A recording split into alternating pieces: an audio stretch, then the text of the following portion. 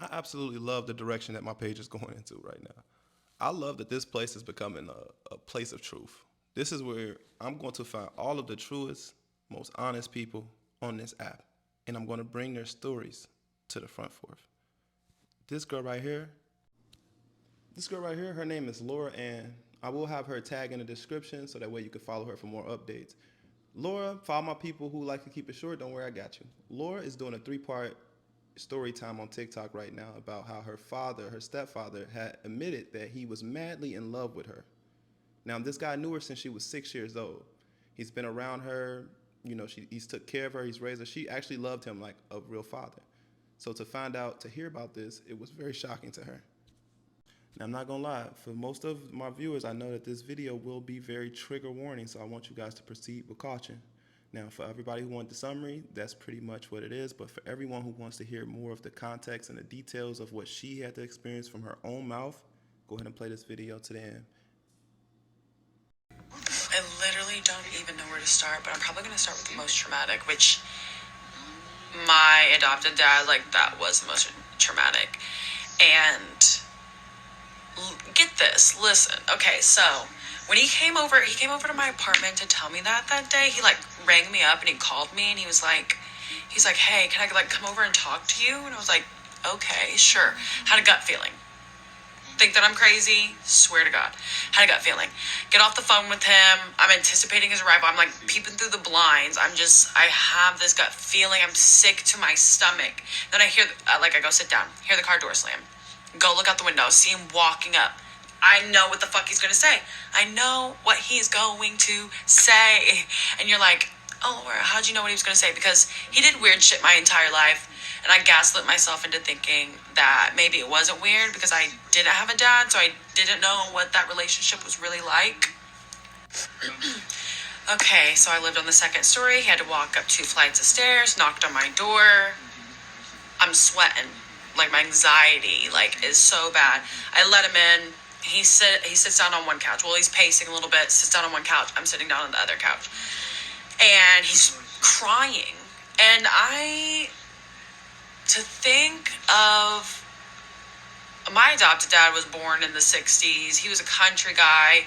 He was like, you know how guys from the 60s are, how old dudes from the 60s are. So, like, I think I maybe saw him cry, like, once ever.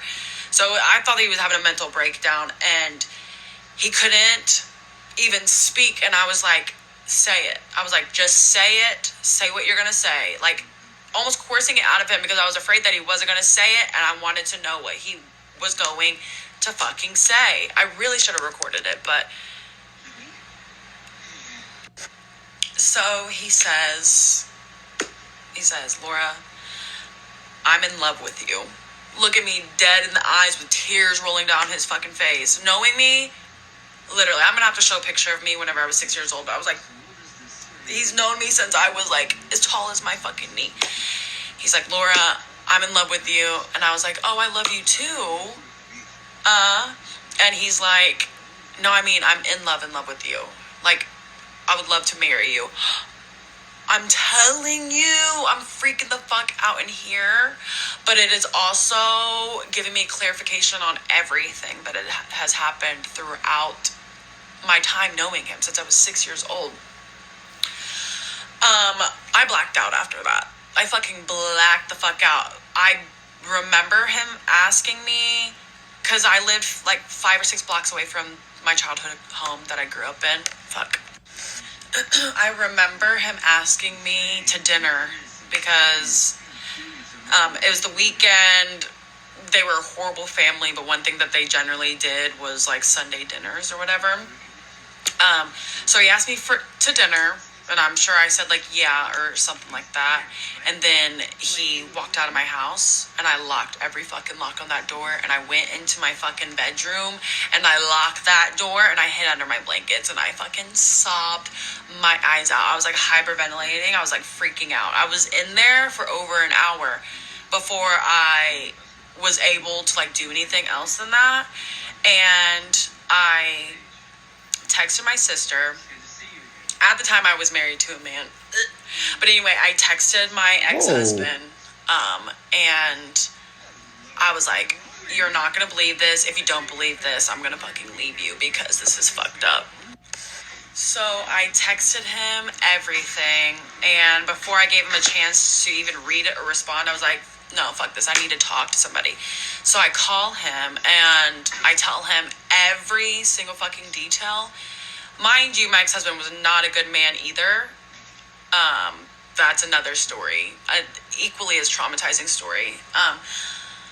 But anyway, I was on the phone with him, and he was just like, he's like, Laura, you must be confused. Like, imagine a man sticking up for another fucked up man. But he's like, Laura, you have to be confused. There's got to be some. And he knows my history with these people and my adopted dad. But he's literally like, no, you're confused. There's no way. I hang up. I hang up on him. I call the most important person in my world, which is my little sister. And I tell her, and she's freaking the fuck out too, because she has fucked up experiences.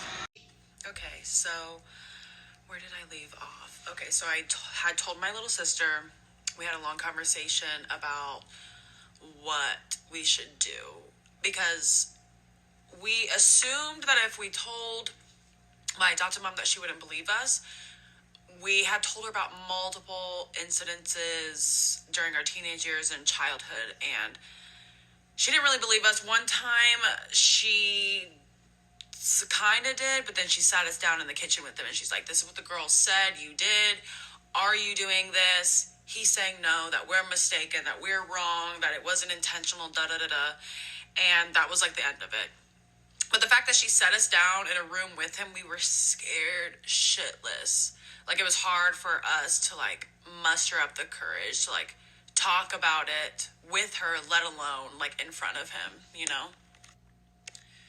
So in the end, we settled on telling her despite our reservations.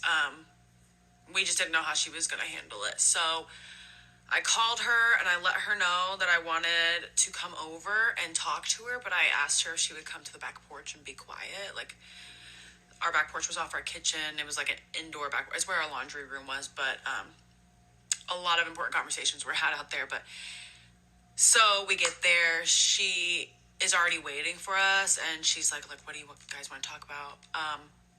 And I just spill it. I'm like, this is what happened. He called me. I ran through everything that I literally just told you guys. And she acted shocked. She seemed shocked. And she was pretty upset by the information.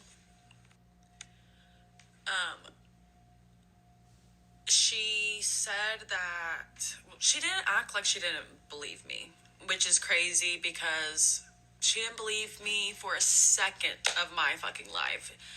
Generally, she wasn't a very nice or kind woman, so I was fucking stunned that she did anyway. And she kept saying that she can't believe she didn't see the signs because she was a victim of child SA. She was, which is also not my story to tell, but and so she told us that she thought that we needed to leave, that she had to have a conversation with him, and they fought like crazy, like our whole childhood, and we just knew that it wasn't going to be good, so we excused ourselves. She ended up calling me the following day and saying that it's done. Like, she kicked him out, like, he's gone, and I'm like, where did he go? And she said, like, I don't fucking know, probably to Georgia, because that's where his family's from. He didn't have any family in the state that we lived in. All his brothers and sisters lived in a really small town in Georgia. So that's where he went to. And I was shocked. I was absolutely shocked by her doing that. She never, like, she did not protect us from anything our entire lives, no matter if we spoke up or not. And she actually was just as much of an abuser as he was. Like, the stories I have about her are just as crazy and just as wild. Honestly, I feel like I handled that whole situation really well, but like a week after it, I wasn't handling it very well. I was actually felt like I was like spiraling, and I was like full of anxiety, and I just wasn't doing good. So the phone calls that she was making to me, I wasn't answering. I wasn't answering the text messages. And she thought that she kept saying, are you blaming me? Do you blame me? Do you blame me? And yeah, I did. Like, she lived with that man, I don't know, 20, 30 years. She knew how fucking weird he was. She convinced him to shave our hair off my sophomore year, my little sister's senior year, to make us less attractive. What? Less attractive to a grown man. So back to what I was saying, I wasn't answering phone calls and texts. I think I went over there once, and like I was there for a few hours, and the entire time we were talking about that situation, and I just didn't want to talk about it. So I just really wasn't talking to her that much. Well, when everything kind of settled back down, I have no perception of time, but I want to say 3-4 weeks later, I was ready to talk. I was ready to have a full-blown conversation. So my sister and I called, and our phone number was disconnected. The number that we use for like our Kroger and like Speedway pin, it was disconnected, and it hadn't been since the 90s. So we were a little bit freaking out. We didn't know what was going on. So we got in the car, we drove 5 blocks from where I lived, and we saw a U-Haul. When we saw the U-Haul, we could only speculate what was going on, honestly. I literally didn't know what was going on. I thought, oh, maybe my adopted dad is coming back to get all of his things, since he left in such a hurry. So that's what was going on in our head. Drove back home. We drive back like a week later, and the house was completely empty. No cars outside. There was a pole barn in the backyard that was like packed to the brim of stuff, because they were practically hoarders. They literally never threw anything away. So it was stacked up to the ceiling. So the door was open, nothing inside. So we like park, we get out, we're looking through the windows. It's spotless. There's nothing in there. There's nothing in there at all. So after a little digging on my adopted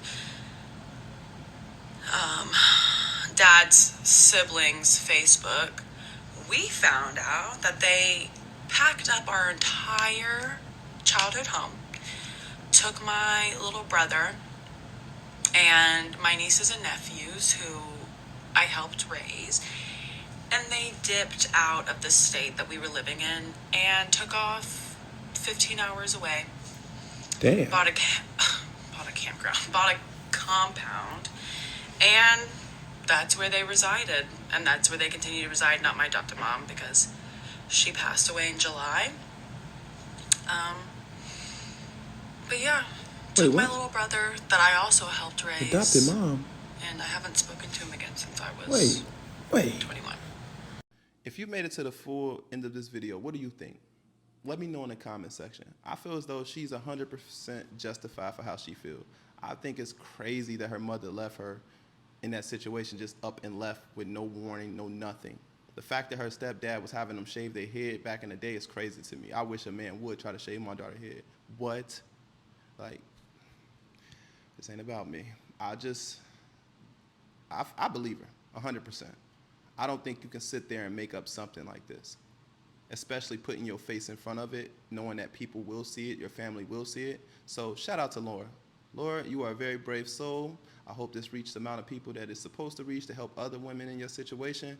And also, I hope that you guys go over there and flood her page and follow her and blow her up, because she needs it, honestly. This is crazy as hell. But until next time, man, let me know what y'all think.